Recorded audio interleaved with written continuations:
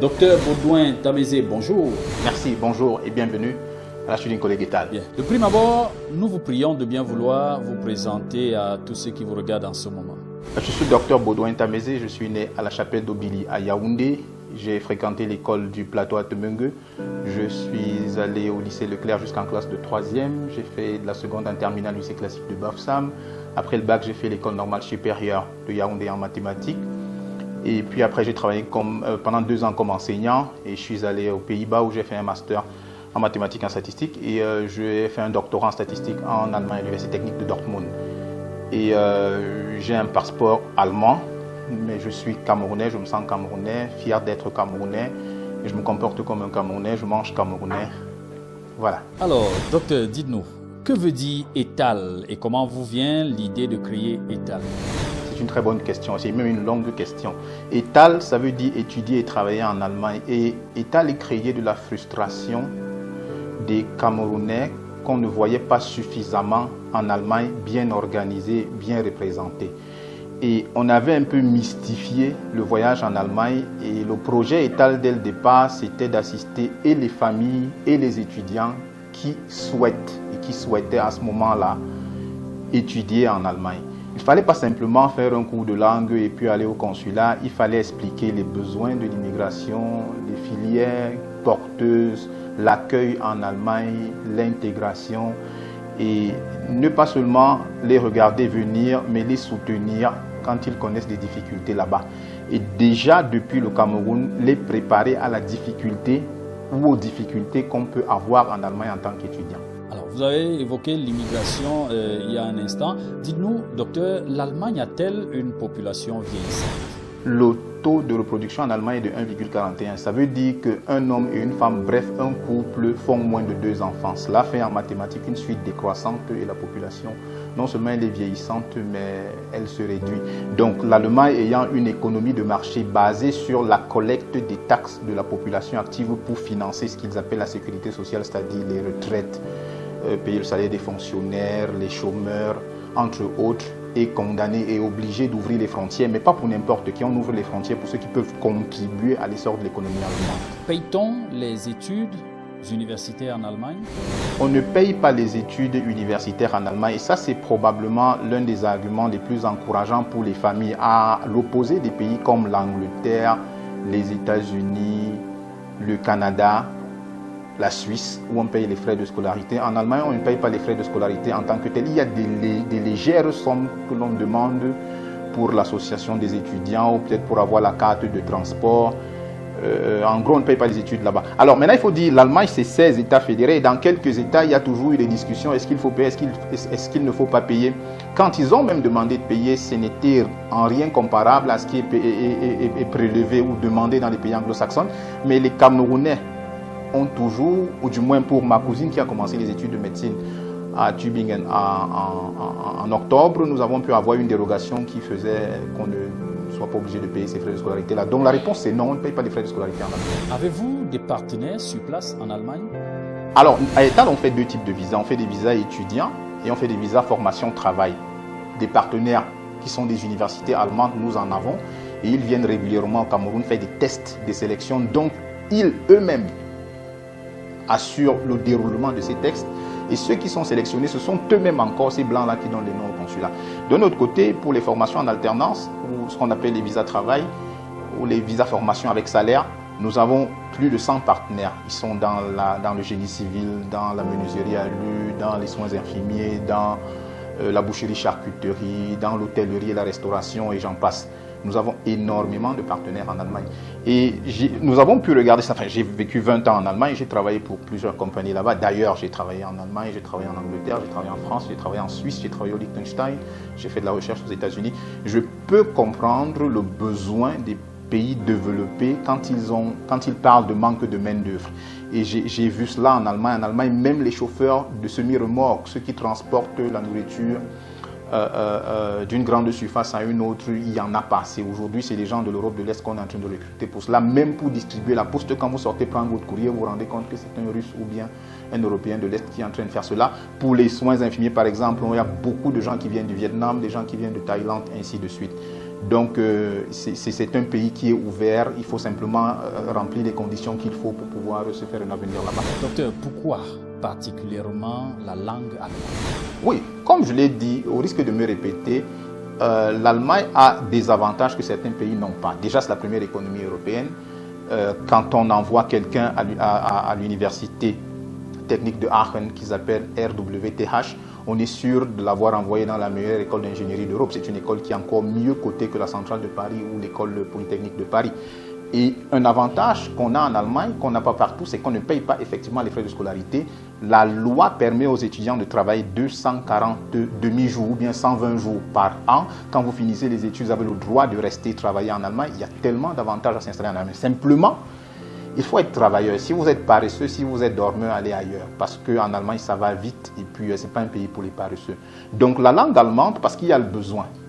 Parce qu'il y a le besoin, ils ont besoin d'étrangers, ils ont besoin de financer leur économie de marché, ils ont besoin de financer leur système de sécurité sociale, ils ont besoin de la population active. Et chaque jour, ils améliorent les lois pour accueillir plus d'étrangers. Donc la question, c'est surtout comment je me qualifie pour pouvoir m'en sortir en Allemagne, pour pouvoir rentrer dans le profil de celui qu'on recherche. Quelles sont les caractéristiques du centre de formation ETAL? Alors, la caractéristique principale du centre de formation ETAL, c'est la relation privilégiée que le centre de formation ou la Studienkolleg ETAL souhaiterait avoir avec le parent de l'apprenant.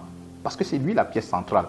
L'apprenant, il est là. On voudrait qu'il aille faire un projet en Allemagne, qu'il aille réussir. Mais souvent, lui-même, il ne réalise pas la difficulté qu'il y a dans cette préparation. Il faudrait ensemble avec le parent qu'on mette suffisamment de pression sur l'apprenant pour qu'il puisse réussir cet apprentissage difficile que constitue l'apprentissage de la langue allemande.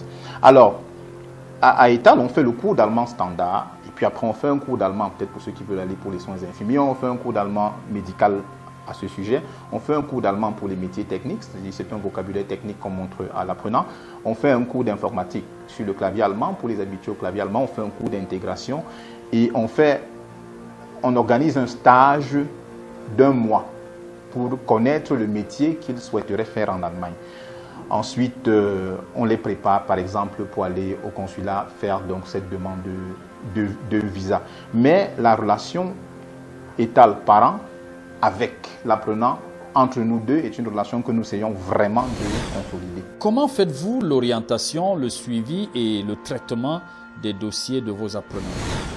Oui, bon, en réalité, après le cours de langue, c'est cet aspect qui est l'aspect le plus important dans le travail que nous faisons. Il faut regarder le relevé de notes de l'enfant. C'est en fonction du relevé de notes de l'enfant qu'on peut parler d'orientation, qu'on peut lui faire des recommandations. C'est une discussion qu'on a avec le parent et l'enfant, tout en restant réaliste. Alors, le suivi de dossier, c'est dès le premier jour recommander par exemple à l'enfant d'engager les procédures de passeport, informer nos partenaires en Allemagne que nous avons des étudiants en formation qui pourraient être prêts dans ce nombre de mois que nous allons nous-mêmes donner. Le traitement de ce dossier, c'est donc la production des éléments qu'il faut envoyer en Allemagne. Et puis après, il faut recevoir l'enfant en Allemagne, il faut l'encadrer en Allemagne. C'est un peu tout ce travail d'ensemble-là qu'on a. Nous avons eu une situation où un enfant est venu ici. Tout s'est bien passé, l'enfant est arrivé en Allemagne et un peu comme 1 an après, l'enfant donnait plus depuis 2 semaines des nouvelles à son père.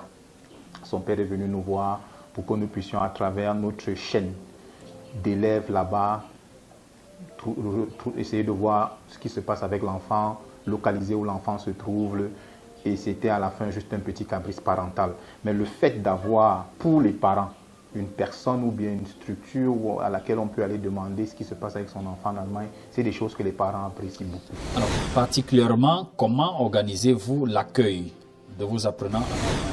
Alors, l'accueil, c'est quelque chose de fondamental parce que les premiers jours dans un nouveau pays, dans une nouvelle ville, sont toujours déterminants. La personne qui n'est pas accueillie et qui se retrouve à dormir à l'aéroport ou à la gare de train, cela laisse des séquelles énormes.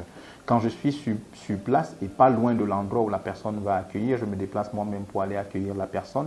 Sinon, la chaîne des Italiens, comme on les appelle, que nous avons en Allemagne, et qui sont plus de 500, nous trouvons toujours quelqu'un qui va s'organiser, parfois au prix de prendre un jour de congé pour aller prendre le nouvel arrivant. Ce qu'on attend de ce nouvel arrivant, c'est que demain, il fasse aussi le sacrifice qu'on a fait d'aller le chercher et l'aider à s'intégrer en Allemagne. C'est quelque chose qui se passe extrêmement bien, nous n'avons pas de difficulté là-dessus. Quel type de personnes recrutez-vous à ETAL? Alors, à ETAL, nous recrutons les Camerounais qui doivent avoir pour première qualité moins de 32 ans. C'est-à-dire nos apprenants ont moins de 32 ans et ils doivent avoir le bac ou un diplôme comparable. Alors le diplôme comparable, c'est le GCE level, c'est le brevet technicien, c'est le brevet professionnel, même les bacs tchadiens et centrafricains, on les prend, il n'y a pas de difficulté là-dessus. Mais le probatoire, le BEPC, ça ne suffit pas pour pouvoir être apprenant à l'État. Vous avez évoqué quelques-unes, mais quelles sont les principales modalités d'inscription à ETAL?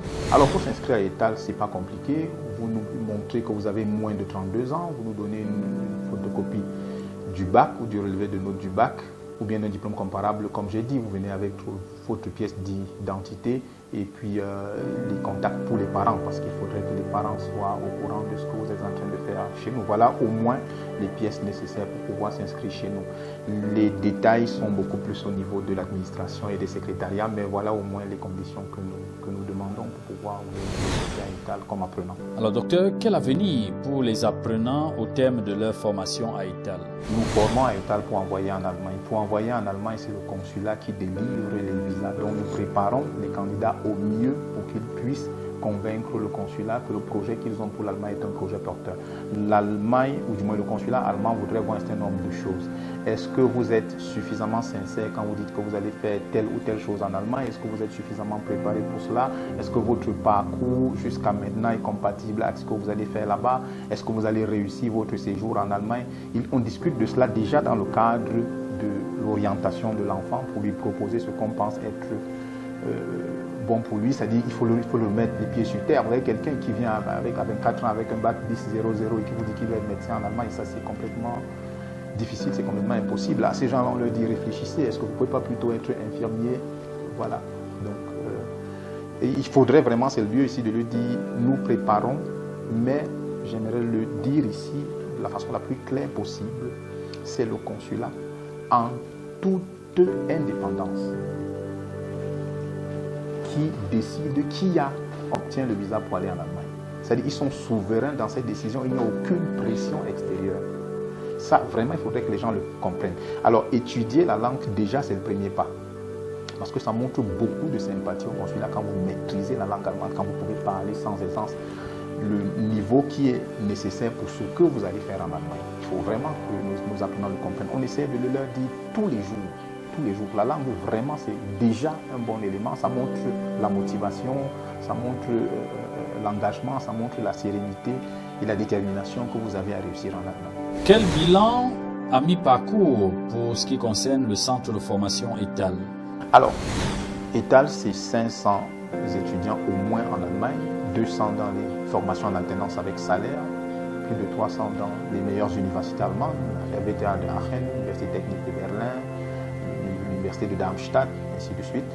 Et pour les formations en alternance, nous avons les bouchers charcutiers, nous avons les restaurateurs, nous avons les menuisiers, nous avons dans le génie civil, nous avons dans la mécanique. Donc, et puis après, nous avons aussi dans les soins infirmiers, que ce soit les soins infirmiers classiques ou la gériatrie. Alors docteur, quels sont vos projets à court, moyen et long terme pour ce qui concerne ETAL? Aujourd'hui, nous parlons beaucoup plus du groupe ETAL qui va contenir en son sein des éléments comme la Studienkolleg ETAL ou bien le complexe scolaire international Les Petits Allemands. Et la naissance du complexe scolaire international Les Petits Allemands découle de la difficulté de trouver de bons profils bacheliers au Cameroun. Il faudrait voir dès la maternelle, si on ne peut pas habituer les enfants à passer avec 12 par matière, leur inculquer le concept de 60% dans une éducation à curriculum international où on peut leur demander de parler plusieurs langues parce qu'il est scientifiquement montré que jusqu'à 7-8 ans, un enfant peut parler jusqu'à 10 langues. Sinon, le projet à court terme, c'est déjà le lancement de ce complexe scolaire qui aura lieu en octobre. Et à moyen terme, il faudra un hôpital d'application pour permettre aux médecins africains de pouvoir plus facilement faire la spécialisation en Allemagne. et puis continuer d'étendre étal un peu partout au Cameroun, comme nous ouvrirons bientôt en septembre à Bafoussam. Au thème de notre entretien, docteur, avez-vous un dernier message, un mot de fin? Ce que je peux dire aux parents, c'est de prendre le temps de bien réfléchir à ce qu'ils proposent à leur enfant, quel que soit le relevé de note du bac. S'ils peuvent prendre la peine de venir discuter avec nous, ensemble, on va chercher à voir quelle est la solution pour l'enfant. Le challenge aujourd'hui, ce n'est plus la formation. C'est ce qu'on fait après la formation. Parce que prendre des diplômes après avoir payé des millions dans les formations et rentrer encore à la maison, s'asseoir à côté de papa et maman, bardé de ces licences professionnelles, ces masters professionnels, nous pensons qu'on peut offrir une bonne alternative. Depuis 2013 que nous sommes dans ce projet, nous avons prouvé que nous avons le savoir-faire dans l'orientation et le suivi des enfants, aussi bien au Cameroun qu'à l'étranger. Donc nous voyons de beaux jours devant nous. Bien, docteur Baudouin Tamézé, merci d'avoir répondu à nos questions. C'est moi qui vous